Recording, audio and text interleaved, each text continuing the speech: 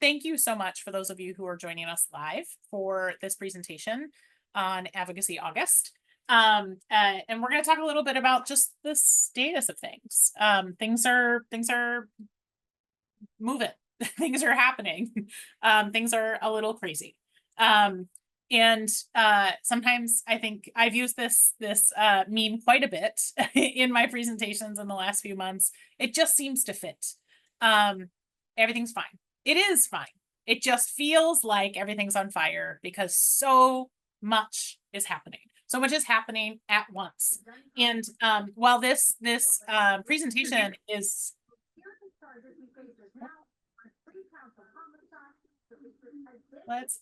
if you all could mute yourselves. I don't know if I have the power to do that myself. Just so we can keep the background noise to a minimum. We're really going to focus on what's been happening in 2025. And obviously one of the most significant things that has happened in 2025 that is a direct result of so much happening right now is the inauguration of Donald Trump for his second administration and the seating of the 119th Congress. The 119th Congress, Congress's last 2 years, just a quick civics reminder for everyone. So we are in the first session of the 2-year 119th Congress. And right now, Republicans control the House and the Senate in the US Congress. So in DC, it's a Republican trifecta between the White House, Congress, and Congress. That's important because that happens every once in a while. And obviously there's often a lot of coordination and collaboration between like parties in the White House and in Congress, whether they have full control of Congress or not. But we're seeing some interesting things happen in Washington that sort of go above and beyond what is typical or, I don't know, normal in air quotes that we'll talk a little bit about today. But it's also contributing to this feeling like everything's on fire and so much is going on. So we're going to talk about what's happening, but we're also going to talk a little bit about what you can be doing just day to day and over time that can help, douse out some of these fires, make us all feel like we're contributing. There's only so much we can control. So we have to figure out what we can do within those things that we can control to feel like we are contributing, to feel like we are speaking up on behalf of the things that we care most about, and most importantly, that we're advancing youth mentoring as a really strong priority in this country. So uncertainty, I think, might be the buzzword for 2025. And I said that we're really focusing on what's happened this calendar year. Think about it is just August. So it's 8 months into the calendar year and how much has happened. This slide just touches on some of the things that has happened here in Washington federally. So for those of you who joined us as part of the National Mentoring Summit here in Washington, D.C., the last week of January, or if you're just aware that Mentor Hope brings together about 1,300 folks every year for the summit, registration will be opening right after Labor Day, FYI, so keep an eye out. We could not possibly have imagined how timely Capitol Hill Day and the summit would be this year. So I'm going to, forgive me, but I'm going to give you a little bit of a TikTok of how the days and weeks leading up to and the days leading up to and the week of the summit worked out. So the inauguration happened, President Trump's inauguration happened the week before our summit. So he was only in office days.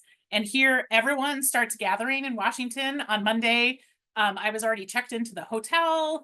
I been doing work to get ready for the conference that started later that week. And I was at dinner that evening with some of my colleagues and my phone kept blowing up.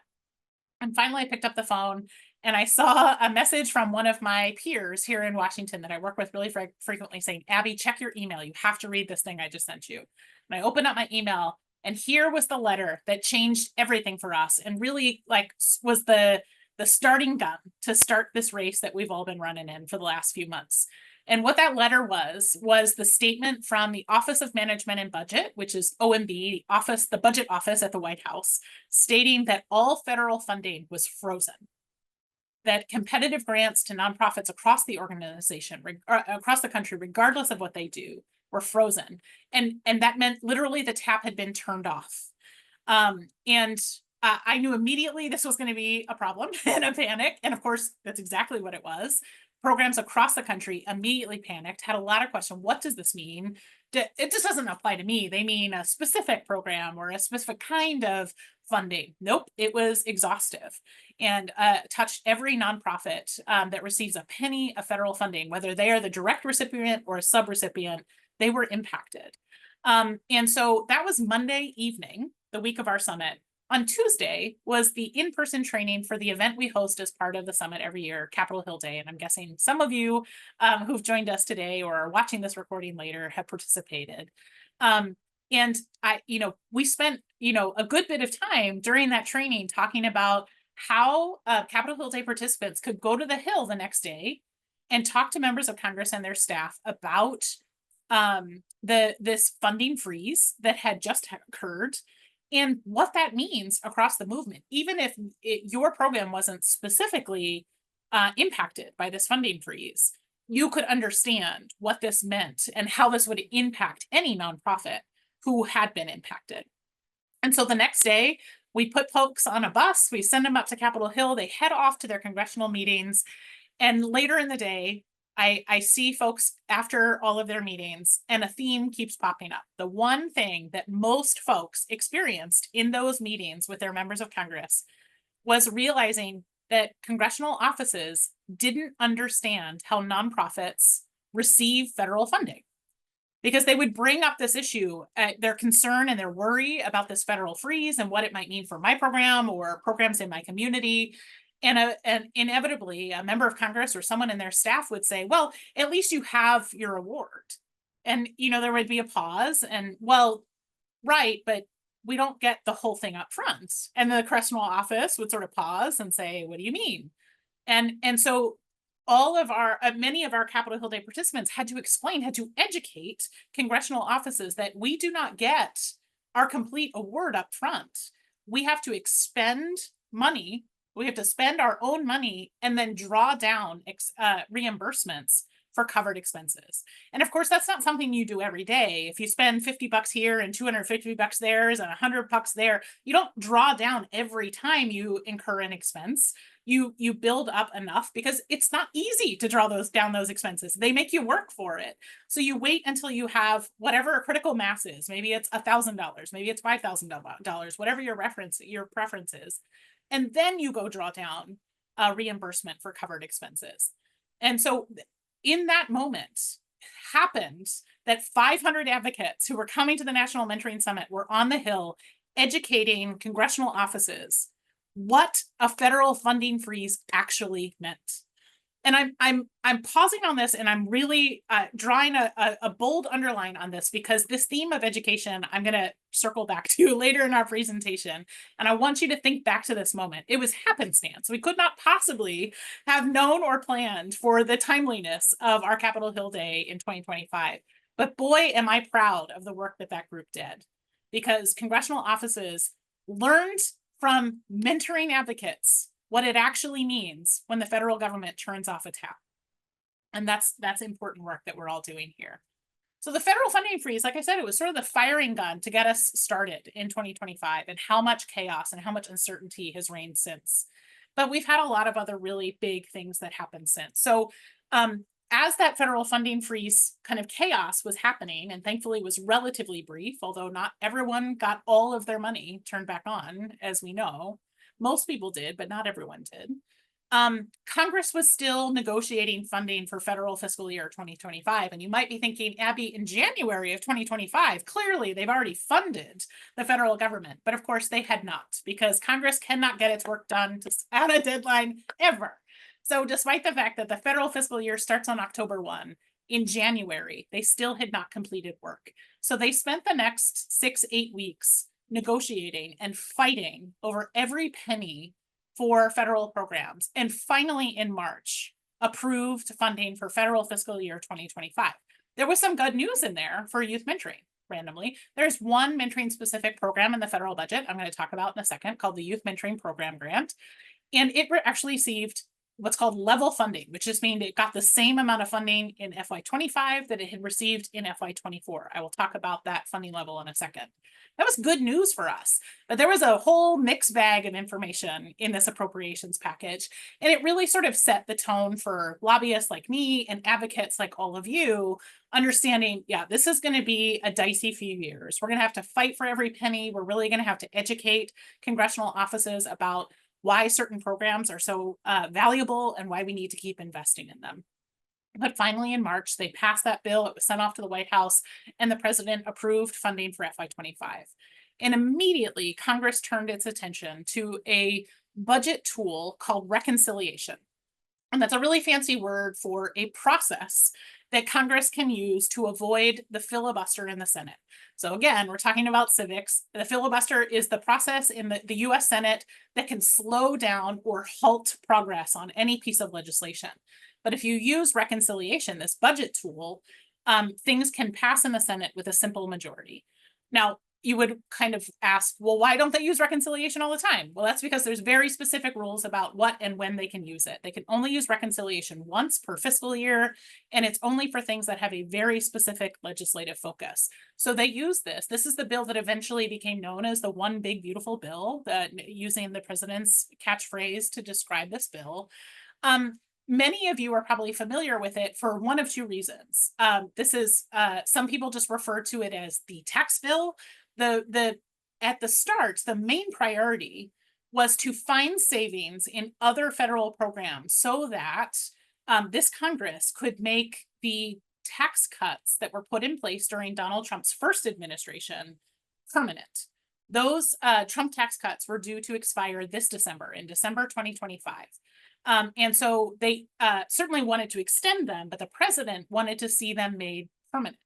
Well, if you make a tax bill permanent, that means you are shorting the amount of revenue that's coming into the federal government that has a price tag. That means there's less money available for other programs that want to be funded. And they had to find big savings to make that possible. The other reason you might know about this bill, other than recently it was just all that was being discussed, at least here in Washington, is that it provides massive cuts to Medicaid and other really critical programs. This is how they chose to fund tax cuts. We can have our own opinions about whether programs are bloated and require trimming and need revisions. But I think most of us would be hard pressed to argue that taking away healthcare for low-income families is the right way to advance much of anything, much less a tax cut that affects mostly upper, middle, and higher income folks. Tax cuts are something that can benefit everyone, but only if it's drafted in a certain way. So this bill, now that it's law, it has finally become law. It took months to pass and was very dicey in the Senate. There was a moment there where folks questioned whether the Senate would be able to pass it because there were so many controversial pieces inside this truly massive bill. But now that it's out there, they are running on this. And this is really the legacy by which this administration wants to be known, that they made these tax cuts permanent, that they cut other provisions. And this is going to be something that we're going to hear a lot about between now and November 2026, when the next national elections occur, the mid-year elections occur. So they finally passed this bill just a few weeks ago, and immediately the administration sends what's called a rescissions package to the Hill for Congress to consider. The one theme I think we can all agree on from January is that this administration the president ran on, and his administration is sticking very closely to their goal to cut funding. So we had DOGE for several months, and all the work of Elon Musk and his DOGE staff going in, gutting staff, gutting programs, doing that with very much a hammer, not a scalpel, and or an axe, not a scalpel. That's the actual expression. But this rescissions package is a much more, dare I say, elegant way to find program cuts. It requires Congress's approval to make significant funding cuts to very specific programs. So they sent this package to the Hill, and it caused another round of massive partisan fighting in the House and in the Senate. But finally, this rescissions package, Alex might need to remind me, I think it was 8 billion, 9 billion, somewhere in there, high number, huge cut in this rescissions package, and finally passed. So we had lots of cuts in the one big beautiful bill, the reconciliation package. And then right on the heels of that, the rescissions package. 1 or 2 rescissions packages may be coming. We might see more of these. This is setting up what is ultimately going to be a very, very, very partisan fight for just normal appropriations work for federal fiscal year 26. So we are standing in the first week of August. The federal fiscal year ends on September 30. October 1 in 2025 is the start of the new fiscal year. And there's only been a little bit of work done. So I thank you for indulging me. I went really deep there, but I think it'll become clearer as I move forward why I went so deep there. We had reconciliation, or the one big beautiful bill, huge, massive bill with a lot of program cuts, followed immediately by an $8 or $9 billion rescissions package, followed by a fight for normal federal funding that we're seeing from the government. So I want to pause for a second and talk specifically about the youth mentoring funding, and then I will tie these 2 slides together so you understand why I went so deep on that first slide. So there's only one federal youth mentoring line item in the entire budget. That's called the Youth Mentoring Program Grant, or the Youth Mentoring Grant is what we usually call it, YMG. It has an enormous amount of bipartisan support in the House and the Senate. So it's both bipartisan and bicameral, which means both bodies.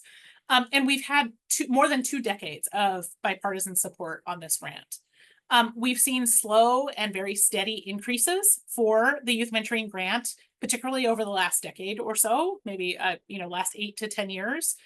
Which is really good. Obviously, we would love to see massive increases to this program, but the slow and steady increases also mean that it's sustainable, right? That we're not suddenly going to get a $20 million increase, and then the next year they're going to take away that $20 million increase and we're back to $100 million. We would love that, even if it is just for a year. But the one benefit of slow, steady increases is that there's less likelihood that we're going to see the funding amount jump all over the place year on year. So this is really beneficial to us. The current funding for the Youth Mentoring Grant is $104 million. That is the single biggest investment in youth mentoring, public or private, nationwide. I want to say that again, because I don't think this gets enough attention. The Youth Mentoring Grant, which is housed at the U.S. Department of Justice, is the single biggest investment in youth mentoring, public or private, nationwide.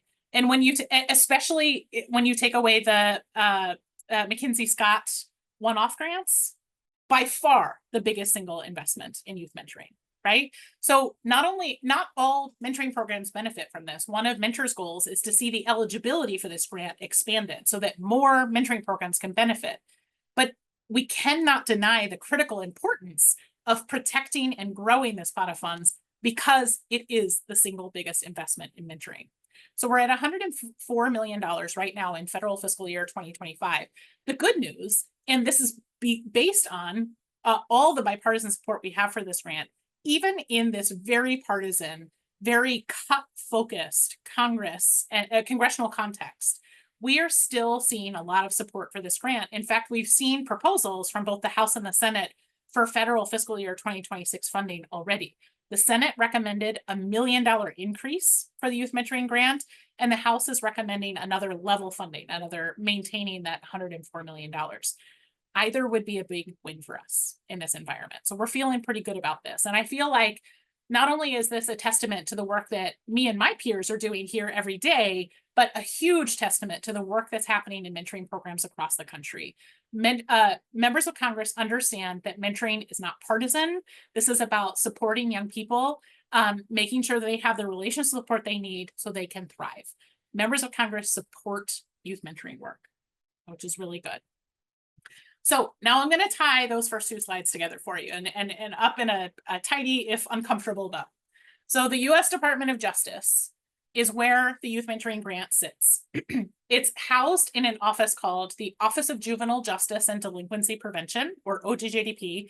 Everything's an acronym in DC, so that's why I'm spelling these things out for you. OJJDP sits inside another office called the Office of Justice Programs. And the reason I'm telling you that is because the Office of Justice Programs is just one of 4 offices that provides competitive grants from the United States Department of Justice. There's only 4 offices in the entire Department of Justice agency, which is a monster. It's huge. It includes law enforcement, it includes the judiciary and many other things. So it's an enormous, enormous agency. So there's only these 4 little offices that provide competitive grant programs. OJP includes obviously the OJJDP, which is where the Youth Mentoring Grant exists and covers mentoring and juvenile justice programs and a host of other things. The reason it's so important to know about OJP is because right now OJP is preventing the fiscal year 2025 funding for the Youth Mentoring Grant from being released.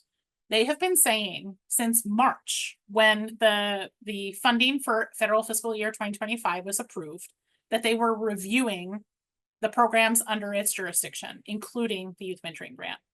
And it's taken so long for these RFPs, the Notice of Funding Opportunities, whichever acronym you prefer, the opportunity to apply for these competitive grants. It's taken so long that even members of Congress are confused and getting frustrated. And because we have such strong bipartisan support for the Youth Mentoring Grant, we've been able to ask dozens of members of Congress to reach out to the Department of Justice for us, specifically to the Office of Justice Programs, and ask for a status update, and to make it clear that Congress provided funding for these competitive grants, and we would like to know when you will be issuing these competitive grants for application. And every office, Republican, Democratic, even Republican leadership, is getting the same boilerplate response from the Department of Justice and OJP specifically, which is essentially it's under review and nothing more. And it's really important to notice this because what's happening right now, as the administration continues to focus on shrinking the federal government and remaking the shape and scope of the federal government, agency by agency, this is an example of how they're doing it. They're slow walking process and they are ignoring congressional intent. So I said to you that we are approaching September. September 30th is the end of federal fiscal year 2025. October 1 starts federal fiscal year 2026. While technically OJP could still issue RFPs, opportunities to apply for those competitive grants in October. Our strong concern is if they do not release those funds before the end of September, they're just going to choose to say, "Oop, time ran out, so sorry, that wasn't our intent, but we're going to move on, and there will be no FY25 awards." That would in fact mean they are absolutely outright ignoring congressional intent. And I've been mentioning the bipartisan support for this program intentionally. There are a lot of Republicans who care really deeply about youth mentoring work and are proud to support this competitive grant, and they are annoyed. And the reason I know they're annoyed is because as they've started work on the federal fiscal year 2026 bills, they are including language in the proposals that require the Department of Justice to issue those competitive grants within 90 days of being signed into law. So if, for just an example, if President Trump would sign FY26 funding into law on January 15th, the Department of Justice would have 90 days before they would have to issue these competitive grants. And that's just one of the ways they're trying to strengthen their force of law and the mechanisms by which they could come back to the Department of Justice and say, no, we were serious when we funded this program. You need to take action. So there's something you can do to help, because we need to keep up the pressure on members of Congress. We already have been so appreciative of the bipartisan support we're getting, and the bipartisan frustration with the Department of Justice sort of just ignoring congressional intent and saying, yeah, we'll get to it. It's under review. We'll get to it. Really just sort of blowing Congress off. So what I really like to ask all of you to do before you log off for the day, if you could go to mentoring.org/advocacy, this is just a screenshot of our landing page. You scroll down to the language that says support funding for the youth mentoring grant. You click on the button that says act. That'll populate a letter for you. You can edit that letter however you would like, or you could just sign your name to it and hit send. This will send a message to each of your members of Congress talking about the importance of this grant and asking for their help to continue funding and make sure that those RFPs are released. We just need to keep up the pressure. So please, if you could just take 2 minutes to respond before you wrap up for the day. If you'd like to share this with anyone else, we would love more people to send messages. Throughout Advocacy August, we're asking folks to take action. This could be one way that you take action, one way that you can help us out. All right, so I'm going to move us on from the federal government because I've spent so much time there and I really want to pick up the pace here. So I just want to pause for a second and talk a little bit about where things stand across the states. And of course, I'm going to generalize here because each state is so unique and their processes and their state laws are so different. But there are some generalities that we're seeing play out. First of all, I'm going to understate the obvious here. The nonprofit sector is really going through it right now. We're just getting kicked in the teeth left, right, and center.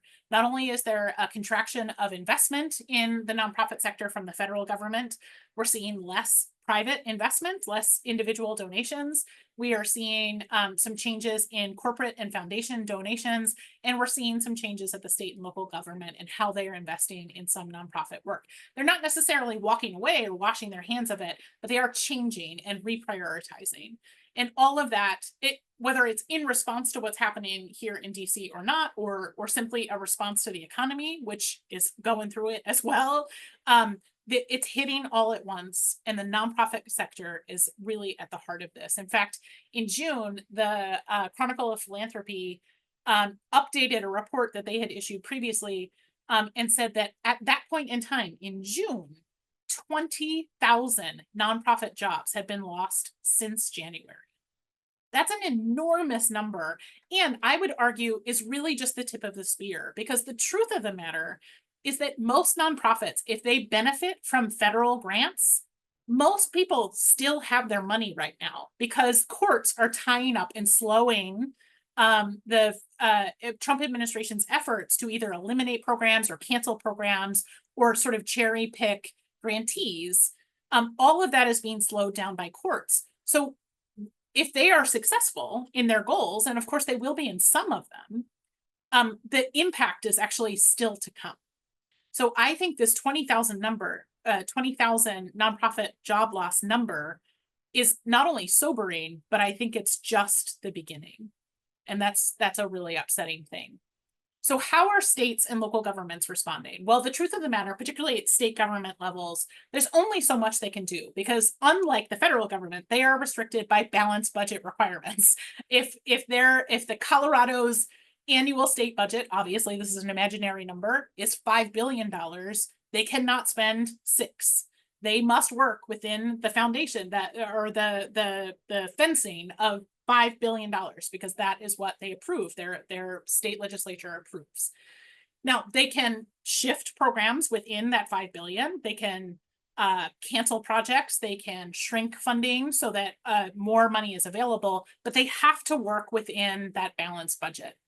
And of course, we're also seeing the impact of what's happening in Washington, what's happening in the economy hit states differently. Some states have really generous reserves. So they're able to sort of take the hits a little more easily. Maybe they have a really strong reserve, but very, very narrow rules by which they must follow in order to access reserves. Maybe reserves are strictly for natural disasters, right? And they cannot tap those funds unless there's a natural disaster. Of course, we also know what's happening is that the federal government is cherry picking where some of their canceled programs and takebacks of funding is targeted. There is proof that they are trying to target blue cities and blue states much more specifically. They are touching some red communities, of course, because they don't have the scalpel that they want to only impact blue communities. And of course, folks who vote for Trump sit inside blue communities. So everyone's getting hurt by this. But even within blue states, the impact is different depending on their ability to sort of take those hits as they come. And because state governments are feeling that hit and trying to adjust and figure out, are we in a place where we are also trying to reduce expenses, or can we respond and try to help out nonprofits that are impacted by these cuts? Local governments are feeling the heat as well. In fact, a lot of state governments are passing the buck of certain expenses down to the local level, particularly around expenses that the state for years has been covering because it's a relatively small amount of money, but they're trying to find savings at the state government level. So now they're passing these expenses back down to local governments who have even less flexibility to work with. So whether they're at the state government level, the local government level, all these government agencies, if they are inclined to respond, if they are inclined to try to help nonprofits, they have to look at their options. Some are exploring opportunities around new tax revenues, increasing taxes, adjusting taxes and when they hit so that revenues come in. It's not new revenue, it's just coming in sooner rather than later so that they can adjust. They're doing things, they're trying to think creatively rather than cutting a state-based program, for example. Instead of providing 100% of the funds to a nonprofit, maybe they'll say, we'll provide 75% of the funds. We need you to get 25% match, either from your own coffers or from a private entity. Once you have that 25%, we'll give you the 75% and move forward. That leaves a little bit more money for the state to then play with, to either provide more grants, smaller amounts, but more of them to nonprofits, or to adjust and use those resources other ways. We are also, of course, seeing cuts. We are seeing state governments make cuts. We are seeing local governments make cuts. And when they are prioritizing nonprofits and trying to make adjustments to support nonprofits who are providing critical services, they're often doing it for a very targeted kind of nonprofit. And none of these will surprise you, right? Nonprofits addressing food insecurity, so food banks and food delivery services, certain medical services, medical clinics, and that sort of thing.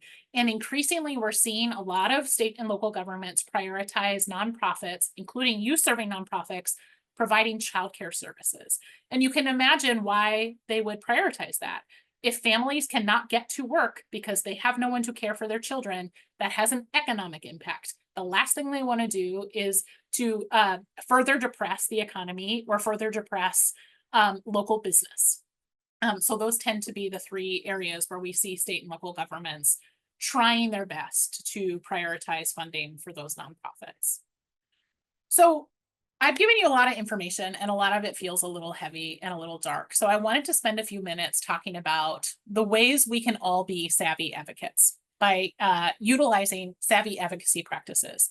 And you remember way back 30 minutes ago when I was talking about how fortuitous it was that those folks who signed up to participate in Capitol Hill Day this year just happened to be that week, the week that the federal funding freeze happened, and they got to go to the Hill and educate hundreds of congressional offices about actually how nonprofits receive federal funding, which is not in a lump sum, but through reimbursement. That was education at its heart. And that's one half of the advocacy equation. Advocacy is education and relationship. If you are in front of a public official or someone from their staff and you share a little bit about your program, common challenges that youth-serving nonprofits face, some of the pain points that you're increasingly seeing from the families in your programs, you are educating that audience. And if you continue to go back and have ongoing conversation with that person or that office, you are developing a working relationship with that office. That is advocacy at its heart. And there is no sector that more prepared to do this work than the youth mentoring sector. You all understand in your bones the benefit of relationship and the worthy time and effort it is to develop relationship, to be intentional about it. That is the hardest part of the advocacy equation, and you all do this in your sleep. Education plus relationship is what advocacy is all about. So just to call out with a little more specificity, some of the effective strategies of savvy advocates, we plan for the time it's going to take to actually see change. Advocacy is rarely fast. It takes time, months at the very least, often years. Now, things at the local and state government levels tend to happen a little more quickly than they do at the federal government level. We should all be happy about that because things do not move fast in Washington. But even there, it's still weeks and months of effort. And the only thing that might speed that up a little bit is if it's a part-time legislature that they got 3 months to do the work, and this has to happen in 3 months or it's not happening, right? Either way, you are planning for the time it takes. And I think there's also something else I want to say that is most effective. That is most important. The planning for an investment of time is most important when you are trying to achieve something very specific. Let's say you and a cadre of your peers and other mentoring programs in your community think, you know what, our state government really needs to have a competitive grant program for youth mentoring programs in the state. This is a big miss for us. We've found some examples from other states that are doing this really effectively.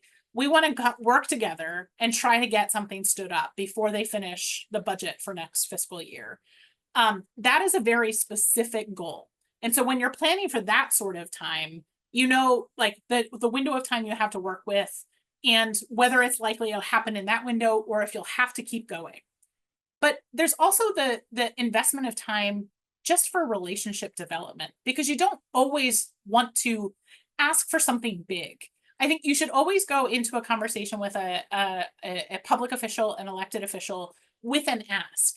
But an ask can be really simple. Like, we would love to have you come visit our location when you're available, or we would love for you to contribute a summary of this bill for our newsletter. We'd be happy to share it with our community, right? Sometimes your ask is actually to help them.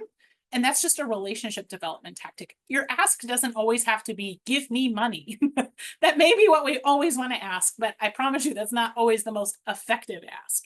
So planning for time could be about a very specific action or a much more broad, generic relationship development goal. And both of those take time. We don't do this work alone. And I encourage you whenever possible, hey, some of you are like in this work and you are happy to pick up the phone and talk directly to a member of Congress, to a state legislator, to a mayor, to a governor, their staff, and you're comfortable. You're happy to go to the state capitol and have those one-on-one meetings. That's great. And you should continue doing that. But for a lot of us, this is nerve-wracking work, and you feel like you could do this better if you had partners. So I encourage you to actually do the advocacy in coalition, but I also want you to think about coalition as a strategy. Where is your coalition? Where are you learning from? What are the coalitions that exist in your community or in your state that can benefit you and teach you, but also give you opportunities to do advocacy with other people? That way you're strengthening your skills, you're developing relationships, but the responsibility isn't solely on your shoulders. Take some of that burden off and do this work with others.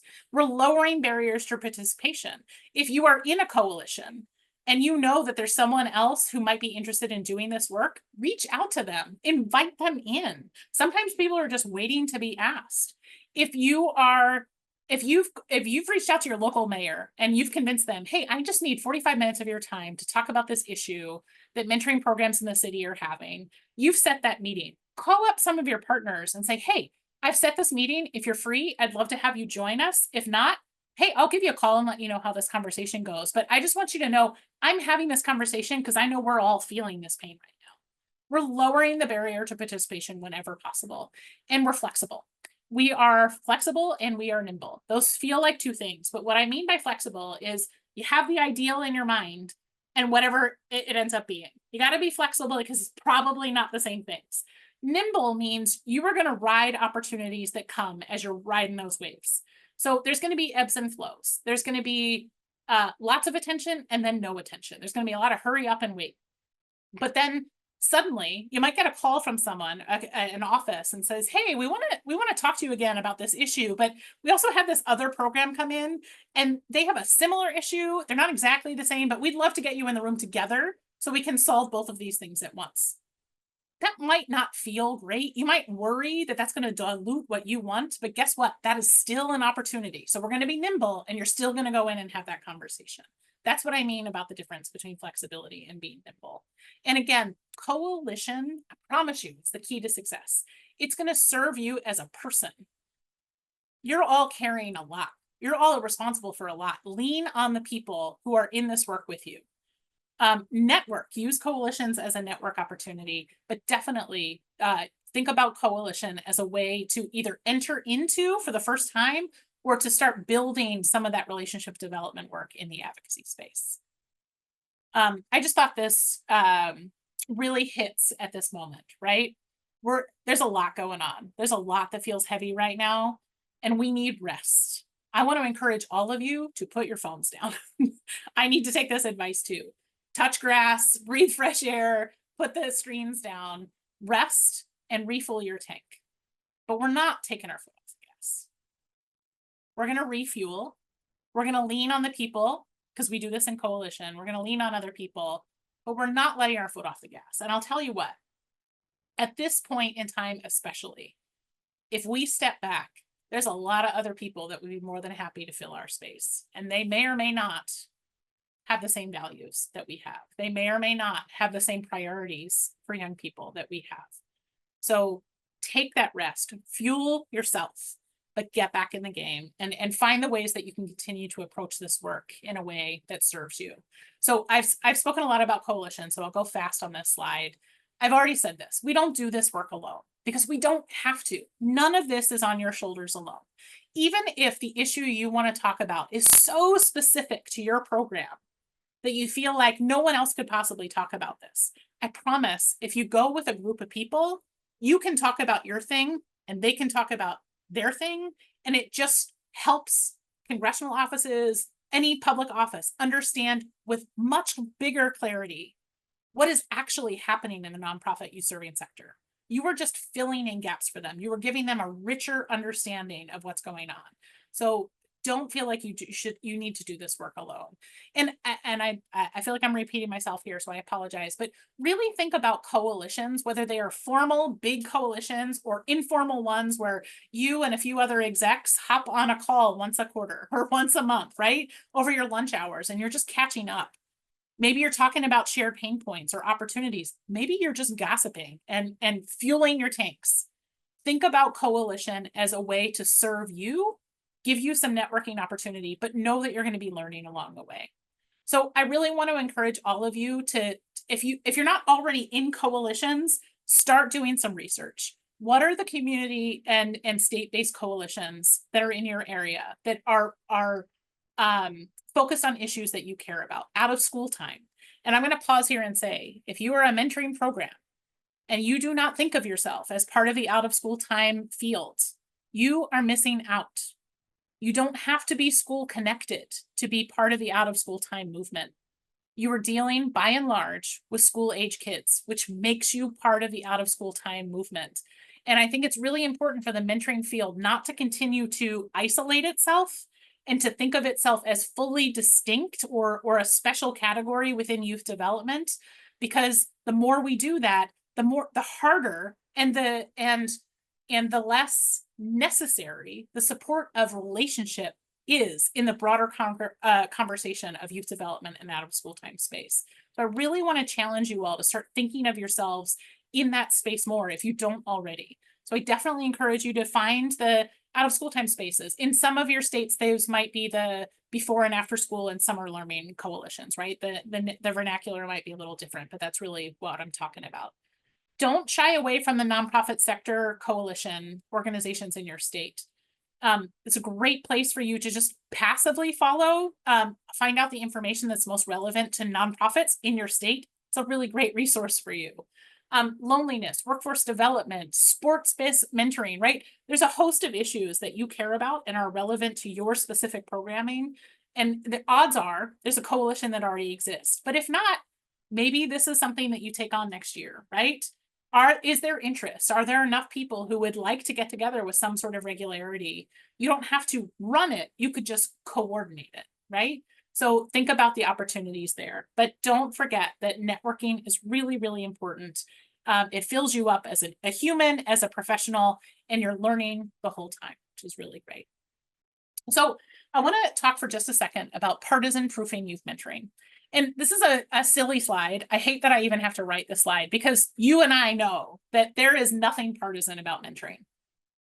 Mentoring is about supporting young people, meeting them where they are, and helping them just navigate life, giving them opportunity, maybe telling them the truth, right?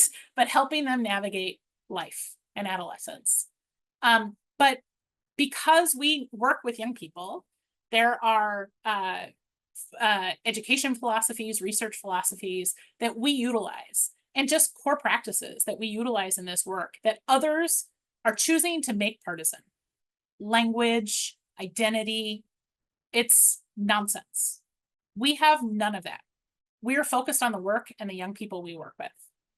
But we're also savvy, and we also know that there are bad actors out there who are trying to find folks that they want to get you, right?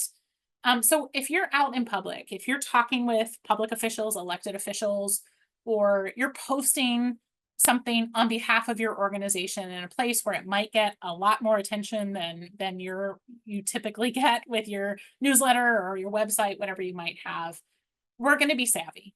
And we're going to avoid using those partisan buzzwords because we're going to focus on what we do.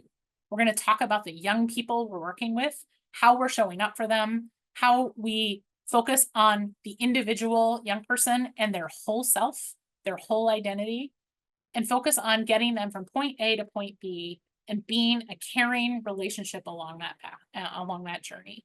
That is the work you do. One other way to sort of be savvy in this space, particularly when you're talking to public officials or elected officials, is really think about it from their perspective, right? Especially if you're going into someone you either suspect or know tends to be one of those people who looks at these, likes to utilize these words as buzzwords, right? And demonize the language, even if they don't really know what they're talking about.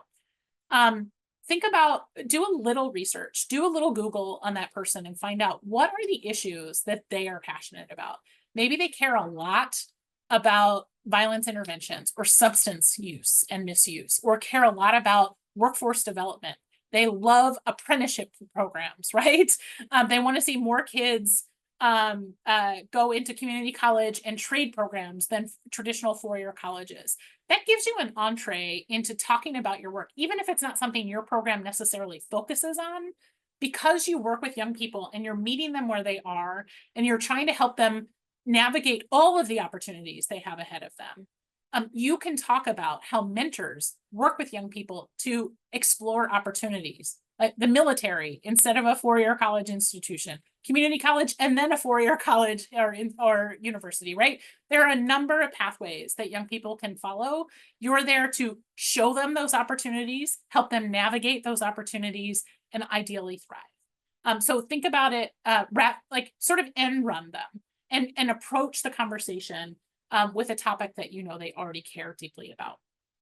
So this slide, really quickly, I just have 2 or 3 more slides. We're almost done, I promise.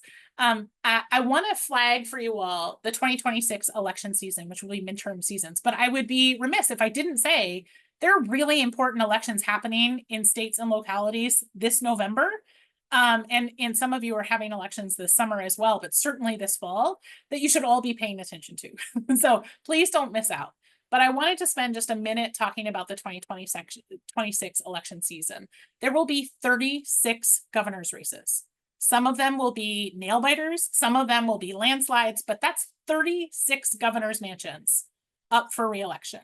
46 states are having some state House or Senate races or a combination thereof. The entire United States House of Representatives and 1/3 of the US Senate up for re-election next November, a year from this November. These are enormous races and lots of election and candidate activity going on, which presents opportunities. elected officials will be out and about, particularly incumbents. In election years, they need to see voters. The voters need to see them. So they're going to be out and about more. That just gives you as a person more opportunity to engage with these folks, to show up to town halls, to submit questions to teletown halls, to engage, to stop by their booth at the parade and ask a few questions, make them aware of your program. But it also presents opportunities for you to think about maybe if you're a direct service mentoring program, right? Do you want to organize something with both of the candidates for the local mayor's office, right? Invite them to come in and talk to the young people in your program. There's a lot of folks who believe because we are 501c3 organizations, we can't engage at all during election seasons, and that's not true. You need to stay nonpartisan, which means you cannot endorse or oppose any candidate or their platform, or any party or their platform, but you can engage them as long as you can demonstrate that you have reached out to both candidates equally. So, an example of an unequal outreach, just to be really clear, let's say you want to invite them both to stop by to maybe you're a site-based program, right? And you want to have them stop by and see the young people while they're there. If you reach out to one candidate with 2 weeks notice and you reach out to the other candidate with 2 days notice, that is not equal outreach. But if you reach out to both candidates 2 weeks in advance and say, hey, we would love to have you here. Here's the date, here's the time, use the logistics, but only one says yes, you've done your job. You've equally reached out, and the candidates made the decision about whether or not they had the time in their schedule or whether this was a priority for them. Now, for some of you, that's not the kind of engagement you want to do during election years, and that's okay. But here's the one thing I would like to ask all of you to seriously think about if you're not already doing it. The role of the nonprofit sector is to make sure that you are the voice of and with the people in the community that you serve. So please make sure that the families that are part of your programs, the folks you engage, the audiences you have, know about upcoming elections, know about upcoming voter registration deadlines, if those exist in your state. All of that is nonpartisan. You never want to point them, like for instance, a year ago, I would not have pointed someone to the voter registration link on Donald Trump's campaign page or Kamala Harris's campaign page, but I absolutely would point them to Nonprofit Votes voter registration campaign, or if I was back home in Pennsylvania, the Pennsylvania state registration voter registration page, right? So you just want to make sure you're not pointing to a partisan resource, but 100% something that you are able to do. And I would argue, and I want more nonprofits to think about this, this is a responsibility of the nonprofit. You're not asking anyone to vote for a candidate. You're not telling anyone how to vote. You're just encouraging them to get involved. If they register to vote and choose not to vote, that's on them. But at least you helped make it possible for them to have their voice and use it as part of our civic election system. So I'll hop off my high horse here and wrap us up. So before we wrap up, there is one very urgent thing I want to bring to everyone's attention. And so urgent, in fact, that the deadline is tomorrow, Friday, August 8th. You may or may not be aware of something called the Johnson Amendment. But if you are a 501c3 tax-exempt nonprofit organization, it's the Johnson Amendment that gives you your tax-exempt status. It is the provision in federal tax law that makes it so that in exchange for that tax-exempt status, you are nonpartisan. And I'm going to read this. I don't often do this, but it's important to hear this out loud.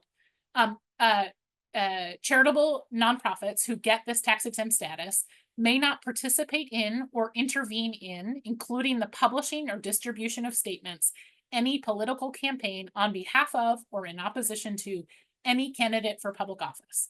And I pulled that section out because that is the heart of it, essentially. But also, I wanted to define for you all in modern terms what including the publishing or distribution of statements is. That's social media, y'all.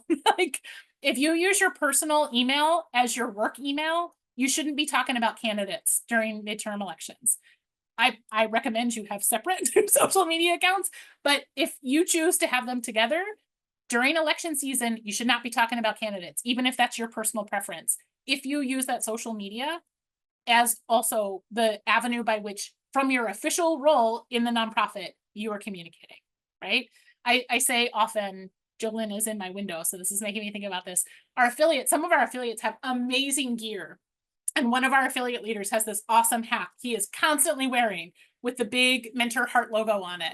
And I say all the time, Marcus isn't wearing that when he's door knocking for whatever candidate he wants to do. That's not okay. But he can go and door knock. He just got to wear a different hat that day, right? So you can separate and do stuff as a human, as a person, and a voter. But when you are representing your organization, nonpartisan all the way. This Johnson Amendment is under threat. And here's the thing. If we chip away at the Johnson Amendment and make it so that more nonprofits, including faith-based organizations, can engage in partisan activity, we are going to lose the trust of the people. Guess who funds most of our work? So I just want to make it really plain.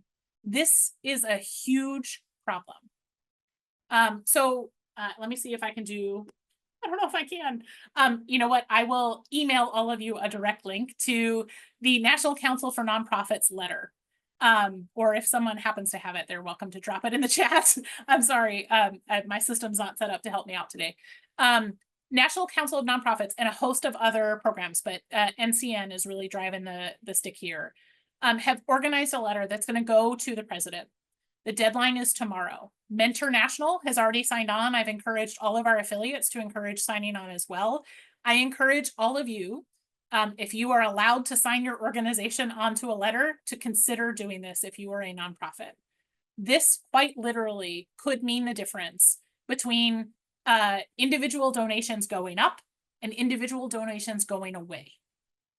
This is that important, and the Johnson Amendment is under threat. We need to protect our nonpartisan status as nonprofit organizations, and this is a way to do it. So I've asked you to take action by sending a letter through our system, and I'm encouraging you all to consider signing onto this letter because it's that important, and that's something you can do today. So I feel like today's presentation was really, really heavy. And I tried to give you some very specific tools and tips that you can utilize. Things are just a little heavy right now, but Advocacy August is about getting involved.